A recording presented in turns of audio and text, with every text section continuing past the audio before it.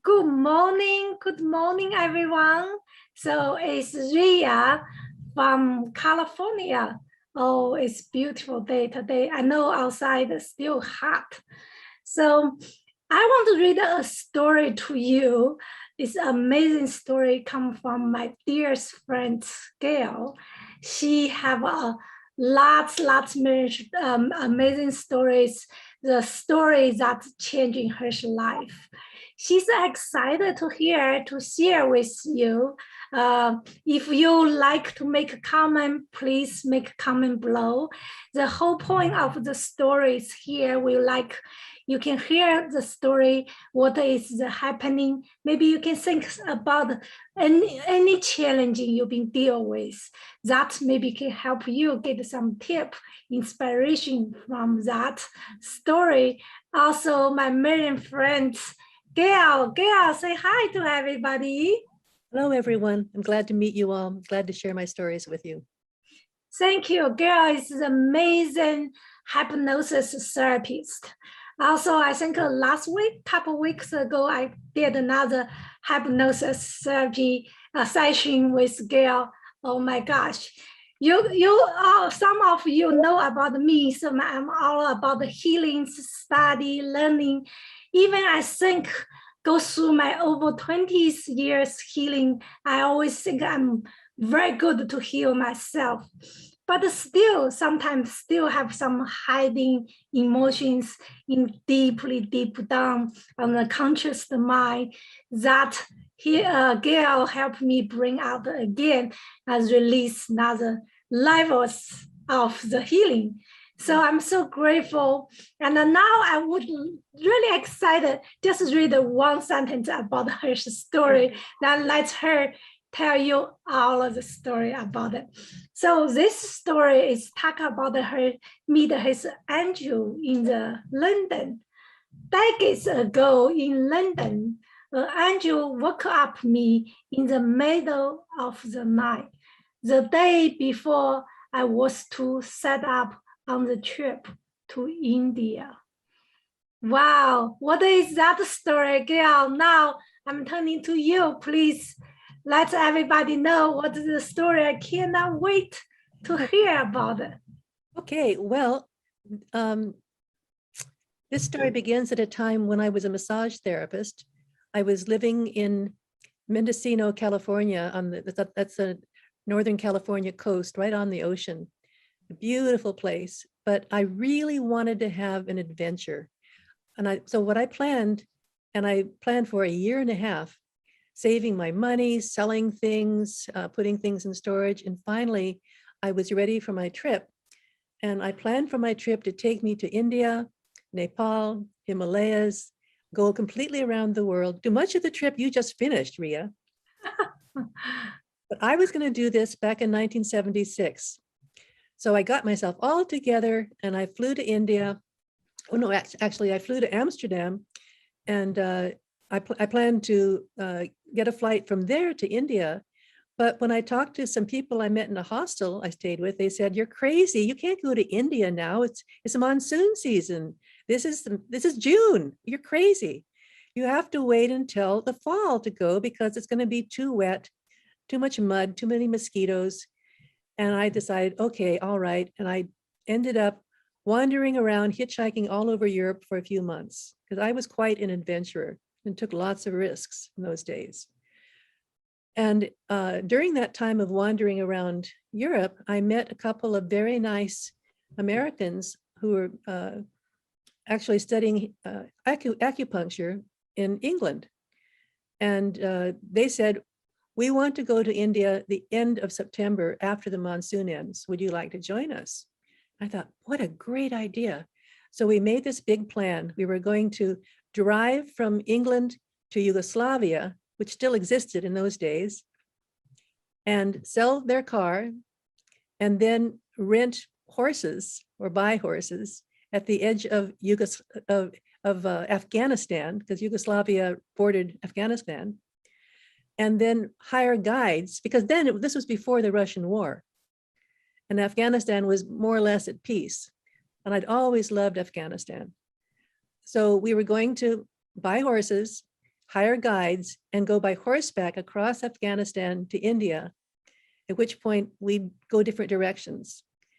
But the three of us were planning to travel together, and we thought this was very safe. I was so thrilled. So the end of September, I took the ferry from Amsterdam back to England, took the train to London, and the night before I was to meet my friends in some little town outside of London where they lived, I decided to visit some English friends.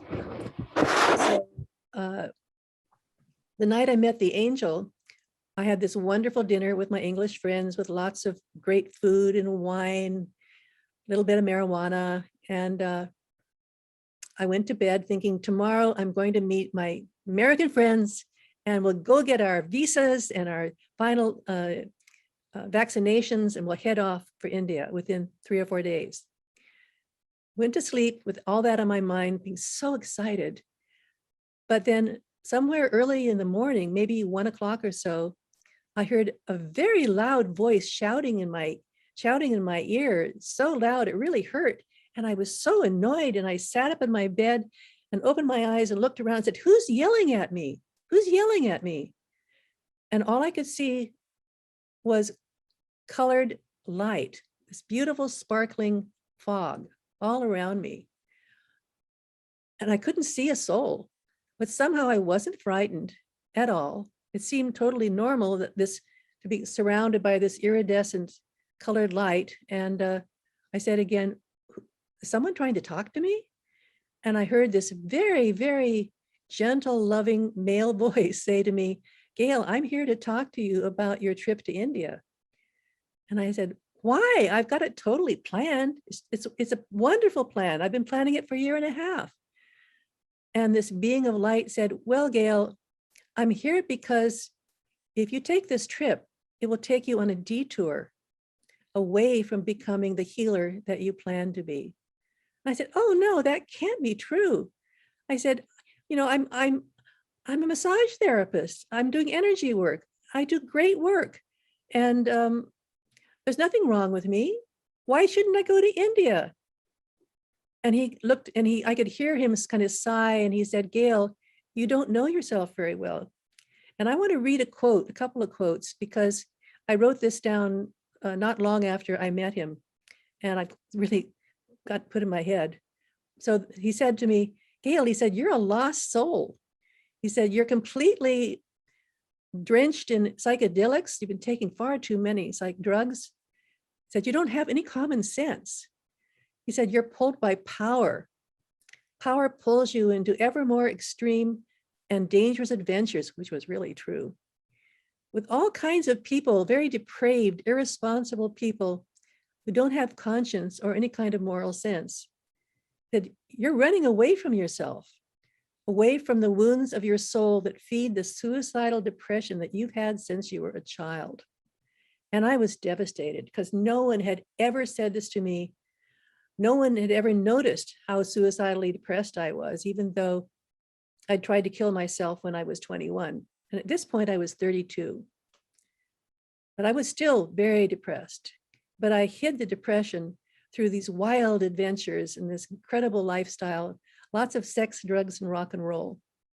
Because of course, it was the hippie era. It was really a wild time. And I was one of the most wild childs around. So I had to kind of flinch when he said all that.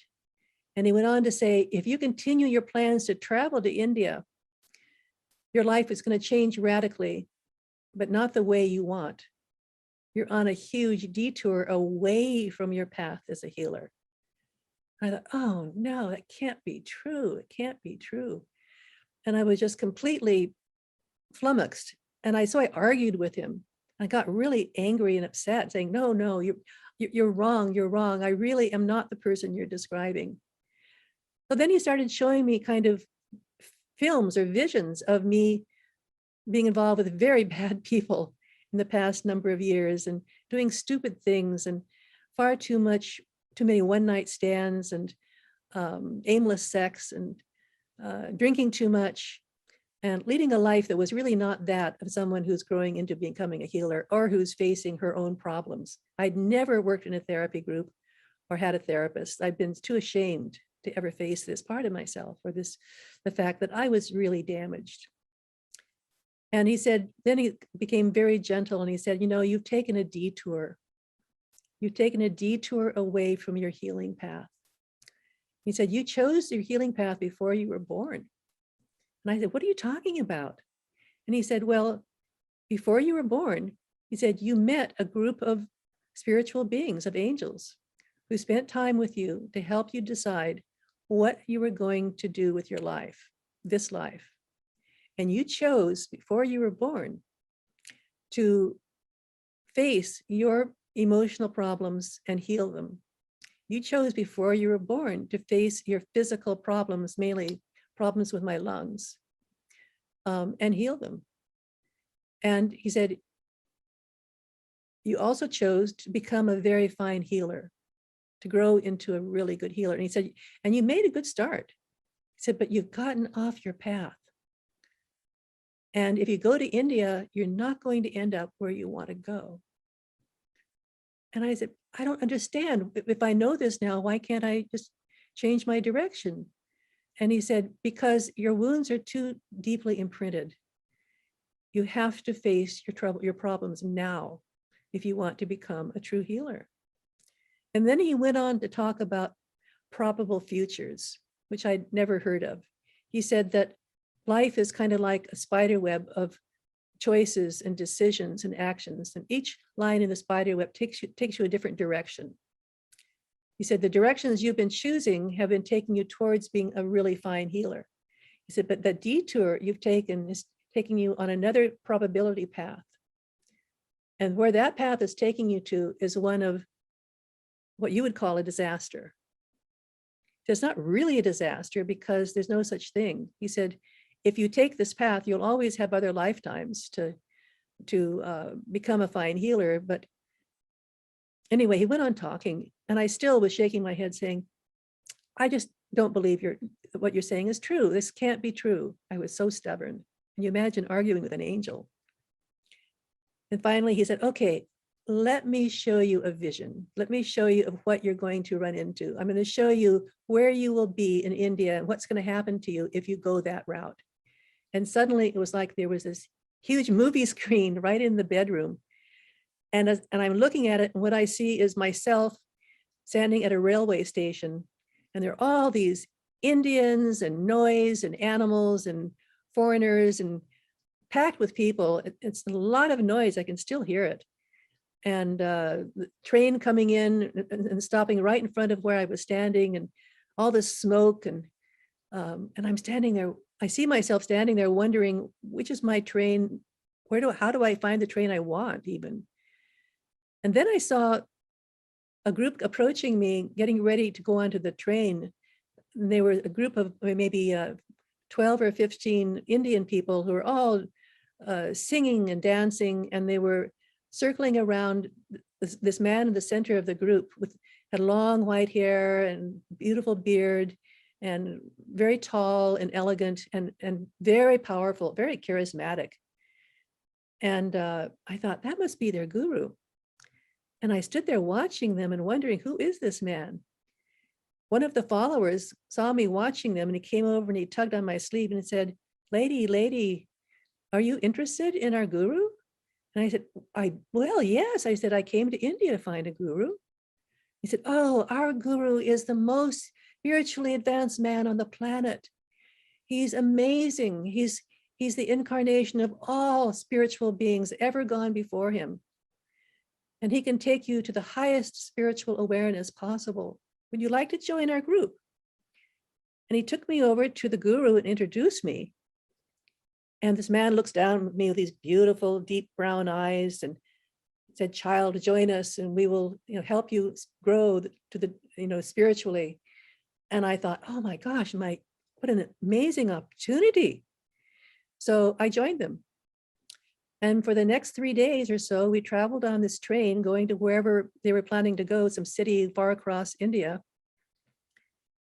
As soon as we sat down on the train, one of the followers turned to me and said, here, our guru wants you to take these. And he handed me some pills. And I said, what are these?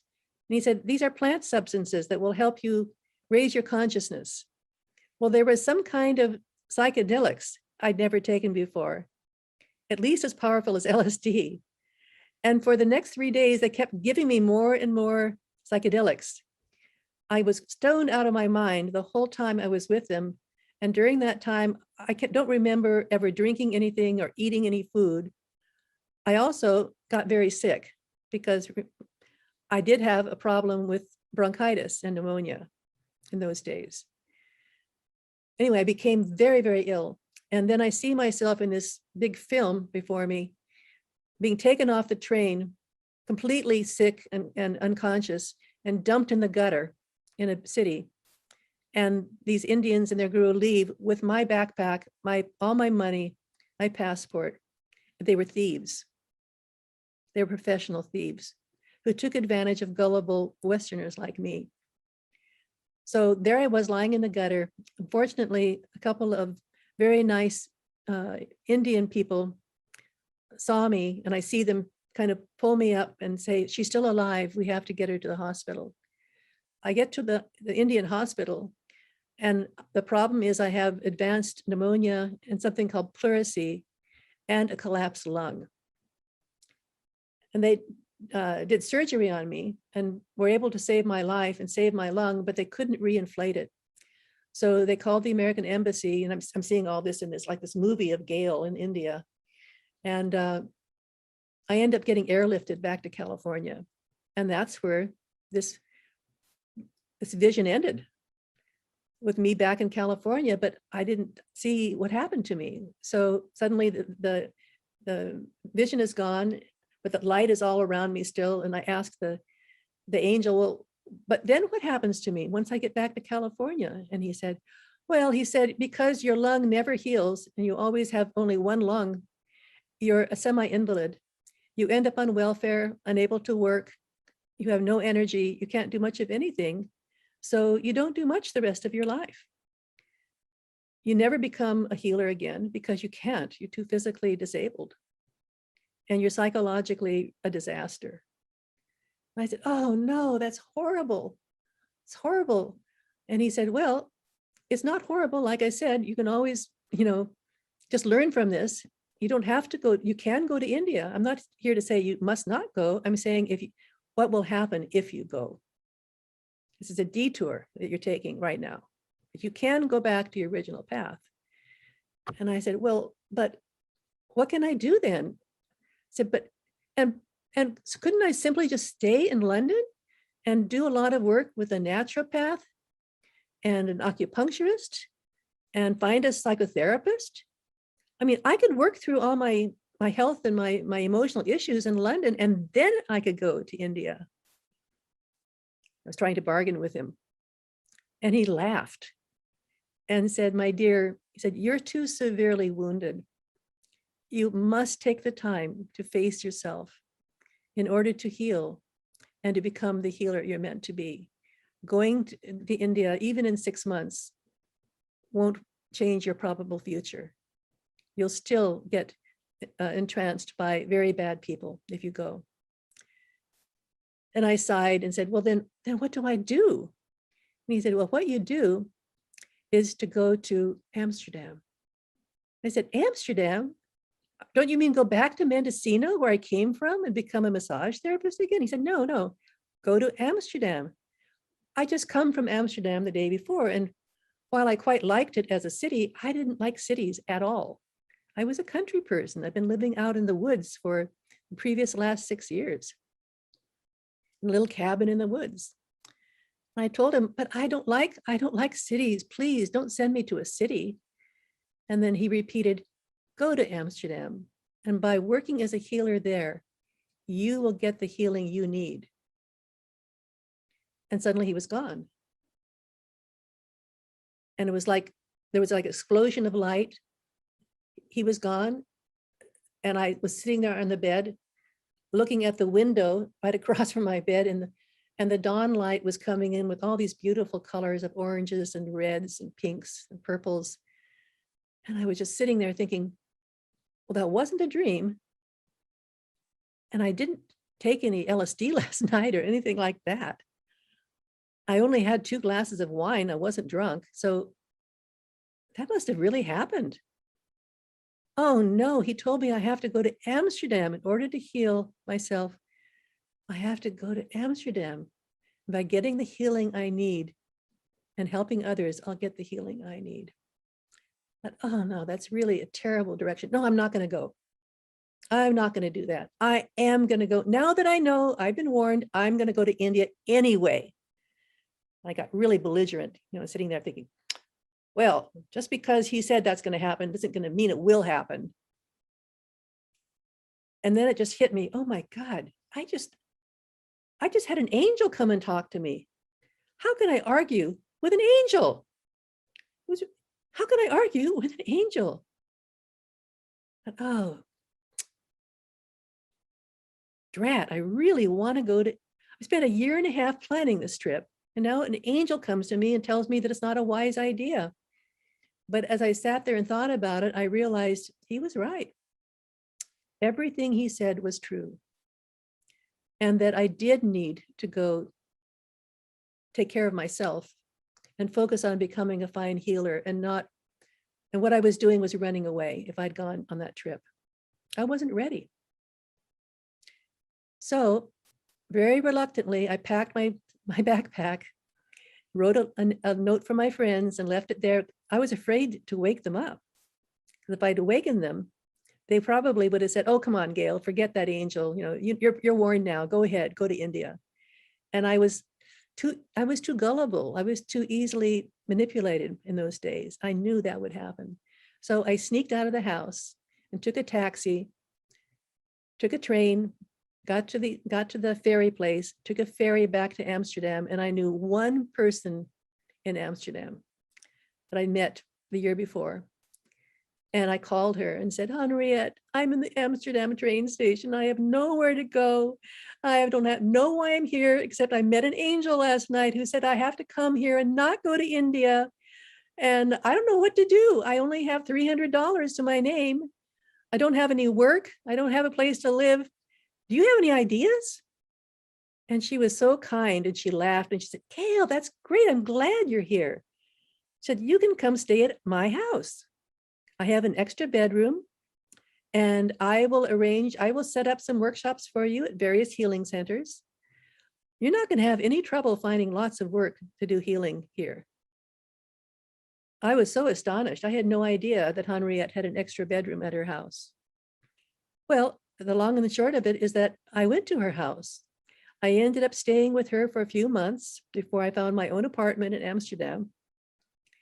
During that time, I gave several workshops at several beautiful healing centers in Amsterdam on massage therapy and energy work and chakra balancing, spiritual work, and people loved me. Then I met a man who owned a therapy center, psychotherapy center in Amsterdam. And he invited me to start giving massage there and body work. So for the next couple of years, I worked there at center, doing body work and healing and giving workshops. I became well known all around Holland. And I started giving workshops all over Europe. So during the next 20 years, I lived in Holland 4 times for a total of 12 years. I kept going back and forth. The reason I kept going back and forth is every time I would leave thinking, I've learned all I need to learn. I'm as healed as I'm ever going to get in Holland. I want to go back and live in the country. I would move back to Mendocino, get a home, set up my practice, and then something disastrous would happen that would explode my life completely in Mendocino. And I would go running back to Amsterdam thinking, my life doesn't work for me in California. The only place it works is Amsterdam. I haven't graduated. So I did this 4 times.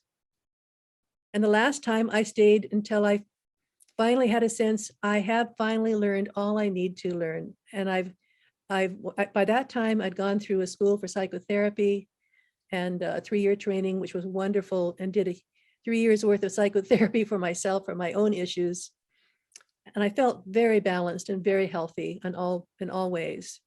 And then I got this really strong intuitive sense, it's okay now, you can leave and you won't have to come back. And by this time, I loved Amsterdam, but I also knew it was time for me to go back to California and get my life together and be the true healer that I'd always hoped to be. I'm always really grateful to that angel for waking me up like that. Because if he hadn't come to me, I wouldn't have had the life I've had, which has been extremely rich and rewarding. So my life has been since Scully, since 1973, but 76, I was in Europe having this experience. My life has really totally focused around healing work. And also, you know, continuing to grow myself, of course, because of this angel. Wow, that's a beautiful story, Gail. Yes, the angel that is guiding you. That's why you've been living in Amsterdam for how long? You said 14 years? 12 years. 12 years. Wow, that's on my list. I always want to go to Amsterdam. I haven't been there. It's a magical city. I adore it. I need to go there. If you have a chance, go back to there again. Will you do it? I've been several times to visit, and I wanted to go this last spring, but because of COVID, I didn't go. But as soon as, you know, hopefully next spring, I'll go back and visit. I still have friends there. That's beautiful. Why it's there. Thank you for sharing your story with us, Gail. So anybody, if you want to looking for the Gail's, hear more Gail's story, or contact with Gail with her hypnosis sessions. So please, you can DM us. And also Gail, can you tell everybody your contact information, what one will be best to reach out to you? And also after this, please post your contact, we will post your contact information on the comment below so you all can find the Gail. So Gail, tell us how to contact you. Yes, if you wish to work with me, I work by phone, and it's 707-827-3615. I'll say it again, 707-827-3615. Or you can email me at Gail, that's Gail, at telehealing.com. Telehealing is Tele, and the word healing, all one word, telehealing.com. So please contact me. I don't exactly have a sliding scale, but if you have money issues, just talk to me, and I always figure out how to make it possible for people to afford my work. Thank you, Gail. You are so generous with your heart, with your love to everybody. So also, I don't know, do I introduce myself yet or not? I'm Ria Wang, is Zenquency Art of Healing owner. So I've been doing transformation healing for over 20 years. If you want to know more about my work and what I do, and also if you like to share your story in this podcast, you can come to join me with my Tuesday podcast. Is I suddenly forgot the name. So Transformation Healing Podcast Tuesday. Okay, I will be looking forward to see you next time. Thank you for being here, and thank you for watching with us.